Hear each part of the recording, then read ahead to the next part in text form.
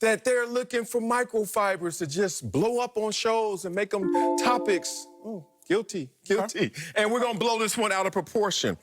The love for other guys and respect for other guys who are top players in this league does not translate into hate for Dak. But you are going to probably take it to that place to say, that must be a slight. How dare you like something over there? You can't fully appreciate what's over here. I keep telling you this, and these are the words out of Jerry Jones's mouth.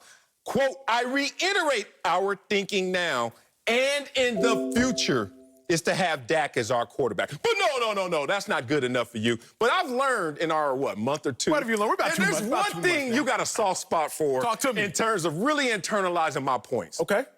Wileyism. So here's a Wileyism for you, damn it. This is Dak Prescott's mindset right now.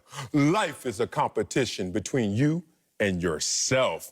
Dak is running a race by himself. He is not in the same race with Patrick Mahomes. He's not in the same race with Deshaun Watson. Let me break this down for you. Please. Because I had a track coach. Please. And you know, we were national champions, track, LA Jets in the building. Shout out to Coach James, talking to us, coaching us, and saying, never get psyched out.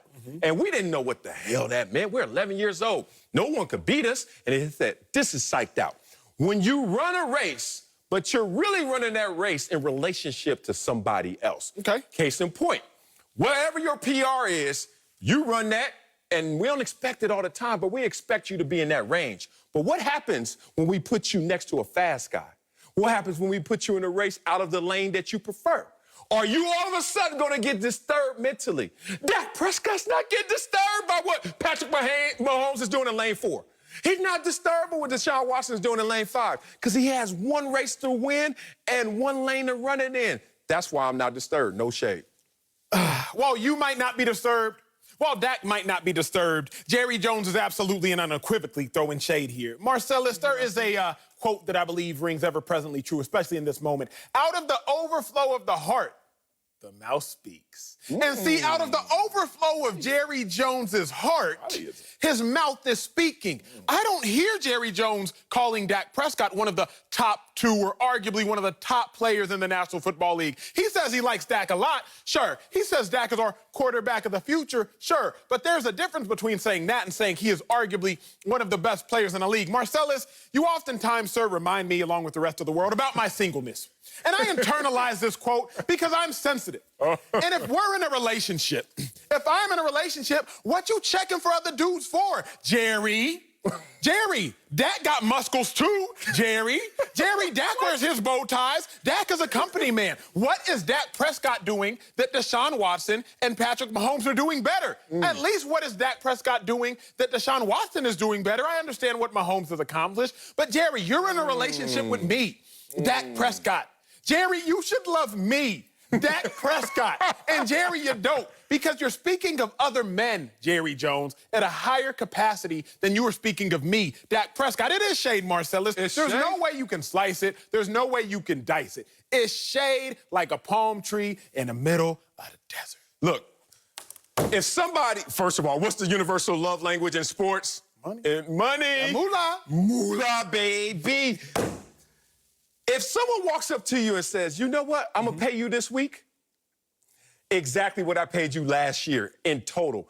Every week, Dak's going to make what he made last year in total. Like around $2 million, little under $2 million every week.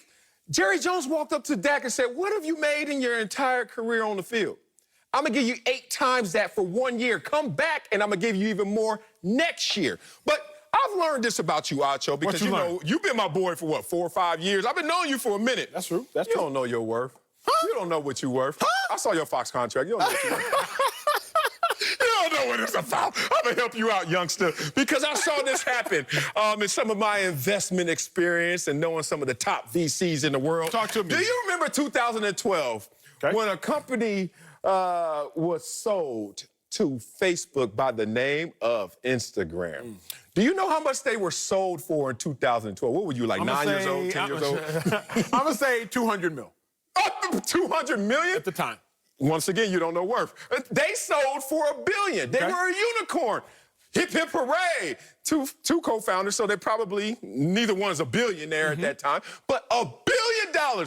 And most people were applauding. And then I looked a little deeper and saw some people doing golf claps like, I would hold on if I were you. But who's gonna sneeze at $1 billion?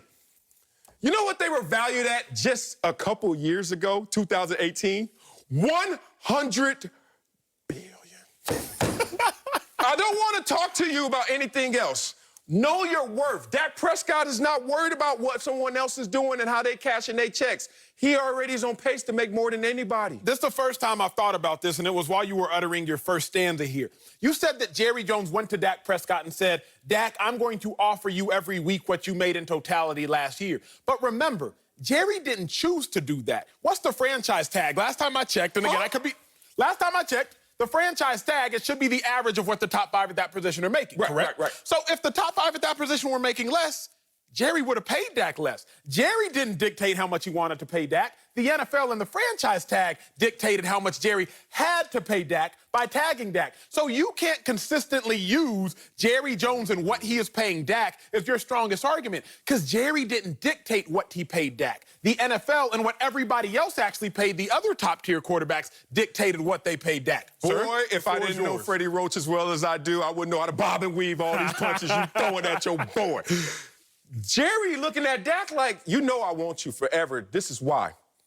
The NFL is forcing me to only give you $31 million. Okay. I've already offered you $35 million per year, but you want a commitment not as long as I do. I want to give you the ring and things. I wanted 5 years, Dak. You only want 4 years, and that's why we're at an impasse. This is not about worth to Jerry Jones. He knows what Dak is worth. I just read you the quote. He believes in Dak. It's just Dak wants to re-up a little faster than Jerry. Let me ask you just a point-blank question. Okay. So you have no issue with the fact that we haven't heard Jerry Jones talk about Dak like this, but Jerry Jones is talking about Deshaun and Mahomes like this. Let me ask you a better question, because I already know your answer to that.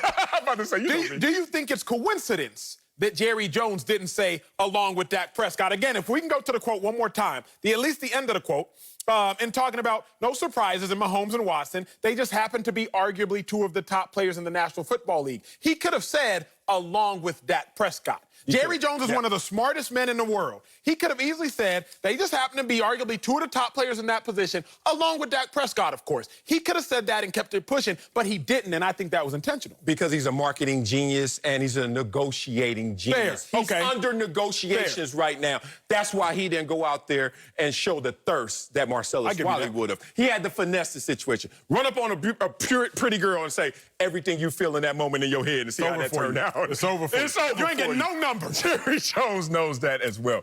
Coming up, tonight's Hatch